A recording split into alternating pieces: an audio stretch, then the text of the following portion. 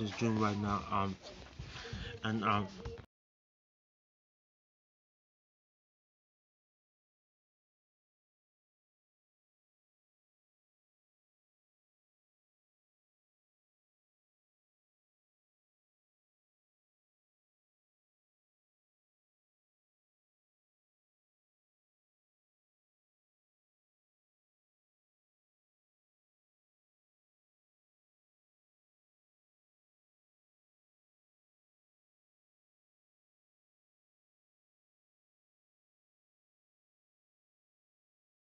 was not even blocked already since then. And for it, it needs to be somewhere that goes in.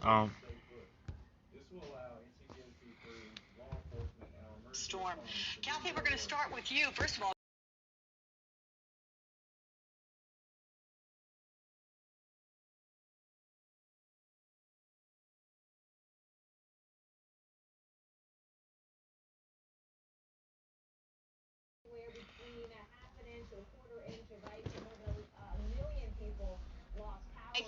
taking a look at the road behind me. It is snow covered. It is slick. We're also hearing reports of spinouts on the interstate. And earlier today, we heard from transportation officials about what not to do on the roads. Take a listen. Travel is treacherous across much of our state.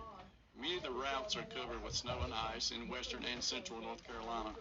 If you do not need to be out on the roads today, please stay put. This will allow NCDOT crews, law enforcement, and our emergency responders to do their work.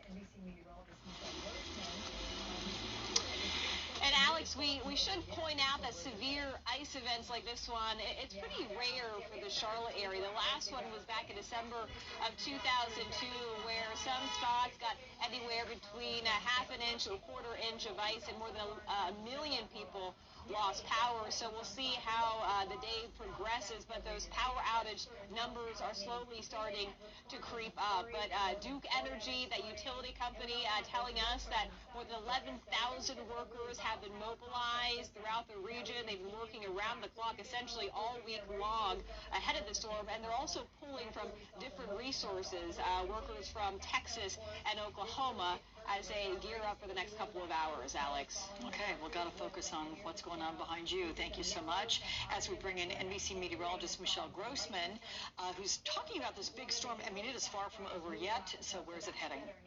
Yeah. Yeah, hi there, Alex. Yeah, we have another 24 hours to go. So we've been tracking this storm since last Thursday. It's been a long one. It's a big one, and it's a powerful storm, too. So let's take a look at what we saw so far in terms of snowfall totals. Nearly a foot in some spots. And look how far south that snow reaches. I think that's what sort of jumps out at me. We even had reports of some flurries in northern Florida this morning.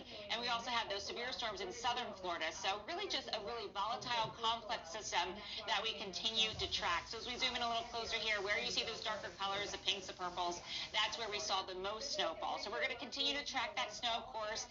This is a look at current radar. Where you see the blue, that's where the snow is falling. The darker the blue, the heavier the snow. We see some yellows, some oranges. That's where that heavy rain is falling. Some lightning strikes still in southern Florida, but you notice that front is moving off the coast, so that's better news there. And then the pinks and purples, that's where the ice is. Kathy put it so well, where we're seeing that freezing rain. It's dangerous, but with those gusty winds, we're going to see some power outages. In terms of your snowfall forecast going forward, where you see the pinks and purples, that's going to be your heaviest snowfall. So along the Appalachians, and then as we move to the north and east, we're looking at the heaviest snowfall in the interior parts of Pennsylvania, New York, also New England. This coastal low, or this low, is further to the west as opposed to a coastal low, and that's why we're seeing those snowfall totals heavier as you go further to the west as opposed to the I-95 corridor. So as we look at winter alerts, we're looking at your wind advisory. So Alex, as we go throughout the overnight hours, we're going to see winds gusting over 50 miles per hour, and certainly could see some power outages too here. Okay, everybody buckle up. Thank you so much, Michelle, for that. Let's go to some other major headlines developing this hour. President Biden is preparing to mark 1 year in office this week, holding a formal news conference on Wednesday. It comes as we're getting a new look at how the country is grading the president's first year. A new poll finding 44% of Americans approve of the job that President Biden is doing. But compare that to the first year in office by past presidents. Biden's rating is higher than only Donald Trump's. Meanwhile, on Capitol Hill, the Senate will be taking up voting rights reform this week. That legislation facing certainly an uphill climb in getting the 60 votes bringing new insight into the conversations leading into this critical week ahead. There is a full court press. We are working as you speak. There are meetings taking place. I've been in touch with my colleagues over this weekend, and I have been in contact with the two senators who have gotten the most attention. So yes, there's a lot of work still being done. I think we could have a win-win situation. Are we there? No. We're going to continue to fight to try to get there. And overseas, tensions are growing as the threat of a Russian invasion in Ukraine intensifies. Earlier today, National Security Advisor Jake Sullivan made clear how the U.S. is approaching this situation. We're ready to move away. If Russia wants to move forward with diplomacy, we are absolutely ready to do that in lockstep with our allies and partners. If Russia wants to go down the path of invasion and escalation, we're ready for that too. And if Russia does move,